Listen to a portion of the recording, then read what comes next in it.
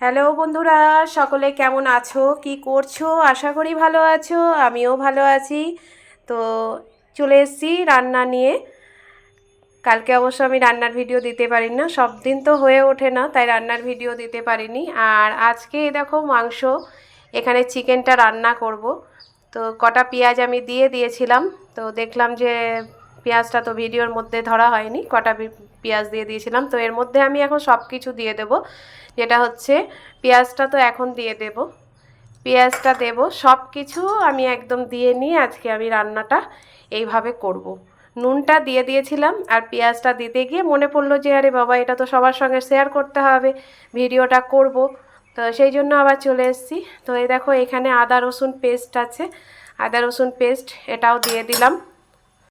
তো টমেটো দেওয়া হয়ে গেছে, পেঁয়াজ দেওয়া হয়ে গেছে, আদা রসুন পেস্টও দিয়ে দিয়েছি। তো এবার এখানে দেব হলুদ। আর আমি তেলটাও আগে দিয়ে নিয়েছিলাম, বললাম না মনে ছিল না আমার যে ভিডিও করি। তো এখন আমি এগুলো সব একসাথে এইভাবে মাখিয়ে আমি মোটামুটি 10 মিনিট রেখে দেবো, বেশিক্ষণ না, 10 মিনিট রেখে দেবো। তারপরে আমি রান্না শুরু করব। এটা 10 মিনিট একটুখানি থাক, এতে আমার সর্ষের তেলটাও দেওয়া হয়ে গেছে। তো এখন কিছুক্ষণ থাক, 10 মিনিট পরে আবার এটা আমি তেলে ছাড়বো এবং রান্না করব। আর এটা আমি মাংস বেশি ঝোল করব না, এটা একদম মাখা মাখা করবো আর কি। তো 10 মিনিট হয়ে গেছে, 10 মিনিটের পরে আমি আবার দিয়ে দিচ্ছি এটা জিরে গুঁড়ো দিয়ে দিচ্ছি, জিরে গুঁড়ো। আর এটা হচ্ছে গোলমরিচ গুঁড়ো, গোলমরিচ গুঁড়ো অল্প দিয়ে দিলাম। আর হচ্ছে লঙ্কা গুঁড়ো। ততক্ষণ আমি আলু ভাজাটা চাপিয়ে রেখে দিয়েছি, আলু ভাজাটা চাপিয়েছি। আর এর মধ্যে আলু ভাজাটাও দেখো আমি একটুখানি ছোলা দিয়েই রান্না করব, ভালো লাগে ছোলা দিয়ে রান্না করলে। যেমন আলু মানে আলু দিয়ে ছোলা দিয়ে ভাজাটা করলে মুড়ি দিয়ে খেতে ভালো লাগে, ঠিক আছে, কিন্তু ভাত দিয়েও খুব একটা খারাপ লাগবে না। তো ছোলাটা ভিজানো আছে, তো কী করব, তো আলু ভাজাতেই দিয়ে দিলাম। চলো, তেল গরম হয়ে গেছে, এবার আমি যেটাকে মানে ম্যারিনেট করে রেখেছিলাম, তো সেটাকে আমি এখন দিয়ে দেব।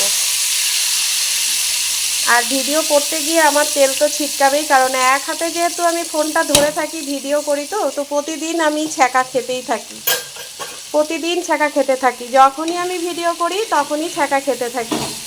তো চলো এইভাবেই এখন এটাকে মাংসটাকে কষা করব। আর ভালোও লাগবে, কারণ মশলা খুব একটা বেশি আমি তো মশলা দিইনি, তোমরা দেখতেই পেলে যে মশলা আমি খুব একটা বেশি দিইনি। তো এখন এইভাবে কষতে কষতে যখন হয়ে যাবে, তারপরে আসছি তোমাদেরকে দেখিয়ে দিচ্ছি। এখন কষছি এটা মাংসটা। আর এরকম করেই রান্না সব সময় একই রকম তো ভালো লাগে না, ঝোল বা আলু দিয়ে সব সময় ভালো লাগে না, তাই আজকে এই রকম।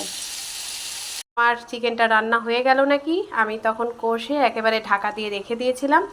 তো দেখা যাক আমার চিকেনটা রান্না হয়ে গেছে নাকি। বাহ, খুব সুন্দরভাবে রান্না হয়ে গেছে একদম। আমি এটাকে আর খুব বেশি নাড়বো না, মাঝখানে একবার নেড়ে দিয়েছিলাম, দেখো এখানে তেল ছেড়ে গেছে, পুরো তেল ছেড়ে গেছে। এখন আমি এটাকে তুলে নেব। তো চলো, আমার তো রান্না কমপ্লিট। তোমাদের কার কী রান্না হয়েছে একটু কমেন্ট বক্সে জানিও, আর আমার রান্নাটা কেমন হলো সেটাও একটুখানি জানিও। ধন্যবাদ।